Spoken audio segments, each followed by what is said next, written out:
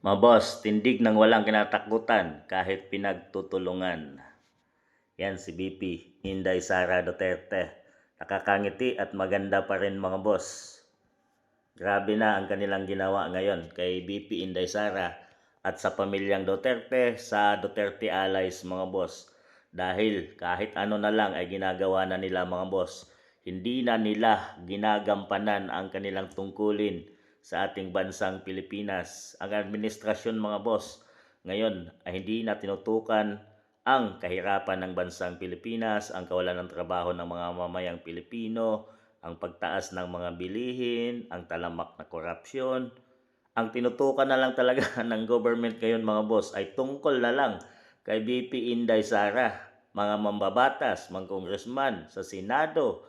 Wala na silang ginawa kundi mag-isip, maglitis kung paano pabagsakin si BP Inday Sara. Yan ang katotohanan na ngayon mga boss. Wala na silang ginagawang trabaho sa ating bansang Pilipinas. Hindi nila ginagampanan. Grabe na talaga. Pero mga boss, patuloy pa rin ang tindig at kinatatakutan nila at patuloy pa rin ang nakipaglaban. Patuloy pa rin ang nagtatrabaho si BP Inday Sara Duterte mga boss. Dahil hindi niya ito hinaharap mga boss, mayroon siyang mga team na abogado na siyang humaharap sa kung ano-anong reklamo na sinasampa ng mga kalaban sa kanya. At ito ang taong tama tayo na binoto natin siya mga boss dahil ginagampanan niya yung kanyang trabaho. Hindi pa man siya nag-declare na tatakbo sa 2028 ay dami nang natatakot sa kanya na maupo siya sa mataas na kapangyarihan sa ating bansang Pilipinas.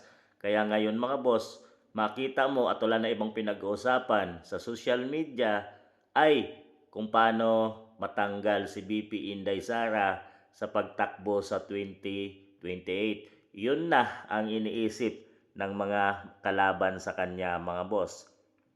Pero nakakabilib talaga ang mga Duterte mga boss no dahil subok na natin sila na mayroon silang tunay na serbisyo sa ating bansang Pilipinas. Tunay na puso, pagmamahal sa bayang Pilipinas at sa mamamayang Pilipino.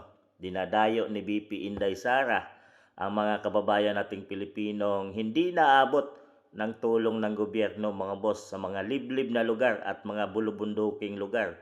Yan mga boss, inaakyat ni BP yan at pinupuntahan, binibigyan ng ayuda mga boss, binibigyan ng tulong kung ano man ang mayroong maabot ang BP mga boss at ng kanyang ahensya. So grabe ang serbisyo mga boss. Sayang at hindi dapat natin to palampasin mga boss sa susunod kung mayroon pang iakyat na mataas na posisyon si BP Inday dahil kawawang ating bansang Pilipinas ngayon na wala nang ibang inisip kundi ang kapakanan nila na hindi maalis sa kanilang tungkulin mga boss. Grabe na ngayon. Talagang takot na sila sa babaeng ito mga boss. Malayo pa man. Hindi na sila nagtatrabaho. So kayo mga boss, grabe. Kita nyo naman kung gaano mag-serbisyo sa taong bayan ang mga Duterte. Kayo na humusga.